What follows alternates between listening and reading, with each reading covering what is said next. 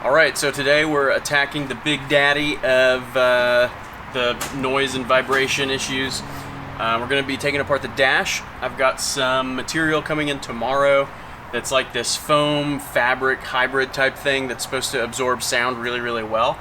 And I plan on putting that under the dash, like one layer of it, just to kind of absorb any vibration sounds or, rattles, and hopefully add some compression to any like wire harnesses or clips or things like that might be wiggling around, and keep those from moving and creating unwanted noise. So I did some browsing online on how to remove the dash. I'm going to follow that first. It's kind of like a distilled version of all the nuts and bolts you have to remove to get this thing off. And then if I run into any problems, I've got the factory maintenance manual on my iPad. I can check that out and see if there's anything missing on those steps that I need to check out. So let's go ahead and get started.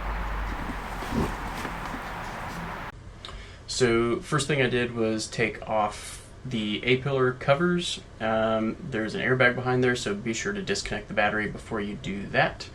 There are also screws right here at the base that are holding the sides of the dashboard in place. They're two Phillips head, if I remember correctly. Pretty easy to take out. Speaker grills also only need little trim pry bars to remove. They pop out real easy.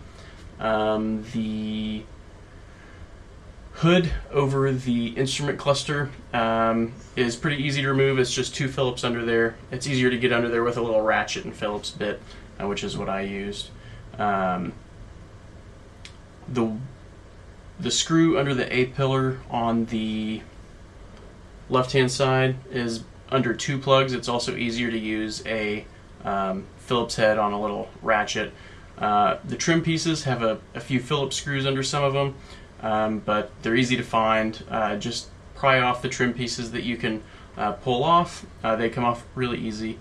And then the Phillips head screws are pretty obvious, and they all are the same length. If they have the same head, they're all the same length, so you don't need to worry about mixing those up, but I would suggest screwing them back in loosely so that you can take them out and remember where they went whenever you're putting everything back on. But be sure to remove all the screws before you put the trim pieces back on, because I put on a few trim pieces and forgot to remove one of the screws after I put on several pieces, and that was a pain in the butt. The head unit is held in with four 10 millimeter bolts. Those come out really easy. It slides out. All the plugs on the back of the head unit are unique, so they're easy to keep track of and plug back in. I unplugged them, plugged it back in the next day, didn't have any problems, everything worked fine. The cover for the transmission column, or the transmission tunnel, has two plugs on it. You're going to want to unplug those. And then the center console area around the shifter is held in with two screws under that flat black panel under the AC controls. So the dash is not assembled exactly how I thought it was. This top part right here doesn't separate from basically the stuff underneath. Everything is attached to this top bit, it seems like the air duct back here is moving with it. There's a lot of well, actually maybe there's not as many harnesses connected as I thought. So I'm trying to decide how I want to approach this. Yeah, I'm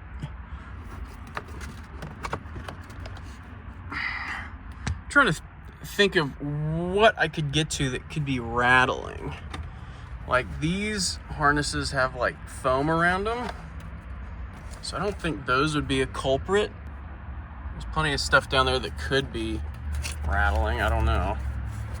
I'd have to feel around and kind of wiggle stuff to get an idea. But I've been able to get a lot of it apart easier than I was expecting. There's been a couple little hiccups where I can't really figure out how something is connected to something else, but overall it hasn't been too bad. So I mean, just the fact that I can get it down to this in the time that I have, like, I don't know, maybe an hour or two. What time is it? Geez, okay. Two and a half. Kind of speaks well to how it was assembled and ease of maintenance, so I'm pretty happy about that. I'm just gonna kind of wiggle stuff around and see where everything kind of fits together and where everything's tight. I think while I have this apart, I'm going to rewire the radar detector and the dash cam. I want to add a mute button for the radar detector down just where I can reach it easily with my hand, like down here somewhere or right here, so I don't have to reach up and click it whenever something's beeping a lot. I might take this opportunity to do that since I have all this torn down. It'd probably be a good time to do that. Also, there's been a couple rattles in this assembly. I took it apart in a previous video, but there might be some other things that I missed. There wasn't much to it, so I don't really know what else to do except maybe cut out a little bit of foam and put it in there. I'm not sure. Guess I'll get back to it. Wish me luck. I really want to get rid of some rattles, and I'm going to be really disappointed if I do all this and don't find them. So here you can see I've got most of the dash pretty much disassembled. The glove box was also pretty simple. You just pull a couple of the upper trim parts off. That'll reveal some screws, and you just kind of work your way around, popping trim pieces off with clips and unscrewing the screws as you feel things get loose. It's pretty simple. Okay, so there's a few harnesses that come up from behind the center console infotainment area, and they go up to plugs I can't really find. So I can kind of get to everywhere under the dash fairly well. Like, I can get my fingers everywhere. So I'm going to leave this the way it is right now.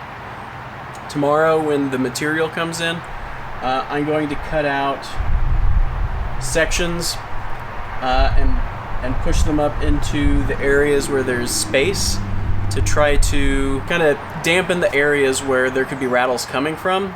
I've found a few areas where the ducts kind of touch other pieces, so I'm going to focus on where these ducts kind of rub other pieces of plastic, and then areas where there are hard plastic lines and cables and stuff, and try to put some dampening material there as well. A heads up, if you do this, the instrument cluster, the trim that goes around the instrument cluster, you need to take off the steering column cover, and that requires you to remove 2 screws from behind the steering wheel. So before you disconnect the battery, rotate the wheel and take out those 2 screws. That way you can take this trim piece off. Since I'm at the point that I'm at, and the battery's unplugged, I unplugged the start button, everything in the center console. That's going to be really difficult for me to do. So I might try. I don't know. Well, this is where we're at. We have a ton of screws. Just to kind of wind down, I'm probably going to pick up all the screws, take inventory. There's only a couple different types, and then the types that are different are usually only for like one thing. So that part's really nice. There's several screws that I already taped to the object that it fixes to. And then most of them are these, nope, not those, are these silver ones like that's 90% of the screws right here. And then for like the airbag on the passenger side, the infotainment, some of the stuff in the center console, they use different screws, like a 10mm bolt that have a Phillips head on it as well, or like a black machine screw that's Phillips. But yeah, I was able to do this with one Phillips screwdriver and one 10mm socket. So I guess I used the little socket wrench with a Phillips head on it as well. So 3 tools, and like some trim pry bars, little plastic trim removal tools. Super happy with how easy this car is to work on. But yeah, I'm just gonna chill for a little bit, kind of take inventory of the screws, make sure I know where everything goes. I took pictures of the more confusing bits, the ones that are like the ones that'll be easier to forget.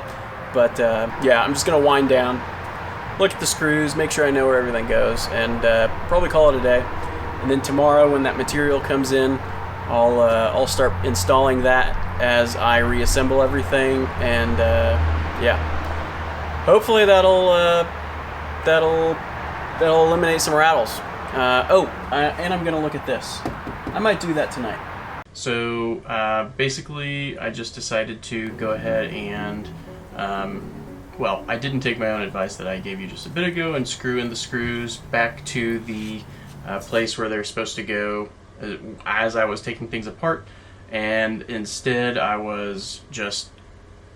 waited till the end and then I picked up all the screws. I looked at some pictures that I took on my phone, put them back together, and I still had 2 left over, which I eventually found where they went, but it was where another screw was, so then I had 1 left over, and then I found where that one went. So then I cut out the foam and started putting it places where it looked like there were some loose bits, like harnesses and some duct under the dashboard, and I started placing those to keep those from rubbing or bumping into stuff. So I've got some of the foam in here. There's some bits right here that are rubbing up against the air duct, and this compresses pretty well, so it's not adding much pressure right here. Actually, it's not really even touching, it's just really close. But once everything's tightened up, it might, get closer and start tapping on that. And then these, we'll see how these sit up against this plastic right here. I might add just a tiny sliver of the material. Also up behind the airbag, I added a little bit. Let's go wide angle here. Behind the airbag, the material is pretty close of the top of the dash with some of the hardware down here, so I added some there. All these harnesses are right up against this hard plastic here. Some of them have some foam on them, but not all of them do. So I just added about a 8 by 8 inch square back up in here, and then behind the instrument cluster, this gets pretty close to the surface below it, so I added that right there. That's about all I can get to. I anticipated using a lot more of this foam, but I guess I'll have quite a bit left over, and we'll see about maybe doing re-examining the door cards, see if this foam can do anything for that. As I reassemble stuff, I'll probably put some foam like behind some of the parts of the other trim as I look at and see how it fits together. Also added the material to that one. Most of the rattles were coming up over here and over here. I couldn't tell, maybe some in the middle, so hopefully that bit right there helps. Maybe that one too. But yeah, this is just gonna be, I guess, kind of trial and error. I might leave the glove box part off and drive it around a little bit before I put that back on to see if I cleared any of that up. I think that about covers it. I'll probably clean up some of this. I don't know what that is. It looks like some sort of grease or something. As I put stuff back together, I'll kind of feel out where it might benefit from some of that padding.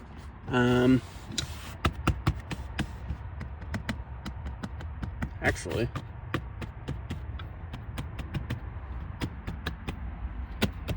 that might benefit from it. There's padding right here, but there isn't. It starts like right about here, but there isn't up here. That could cause a little bit of noise. Maybe I'll cut out a 8 by, I don't know, 20 inch, 8 by 18 inch square, put it in there. Another one right here. See how that fits in.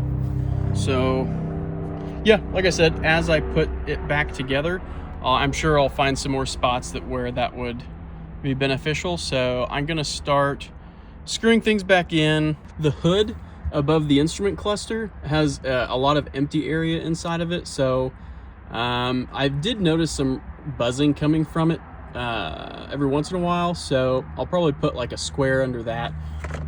Hopefully that'll clear that up. And then I took the wires out of the radar detector and the dash cam, so I'm going to rewire a custom harness to come down here and into the glove box. Oh, and I think I figured out where that screw went. It is right there behind the instrument cluster. So that one last screw that I couldn't find, I think that's where it goes. In any case, I have one screw left over, and that's the only screw hole I could find that doesn't have a screw. So it's probably that one. So good news on that front. But yeah, let's keep going.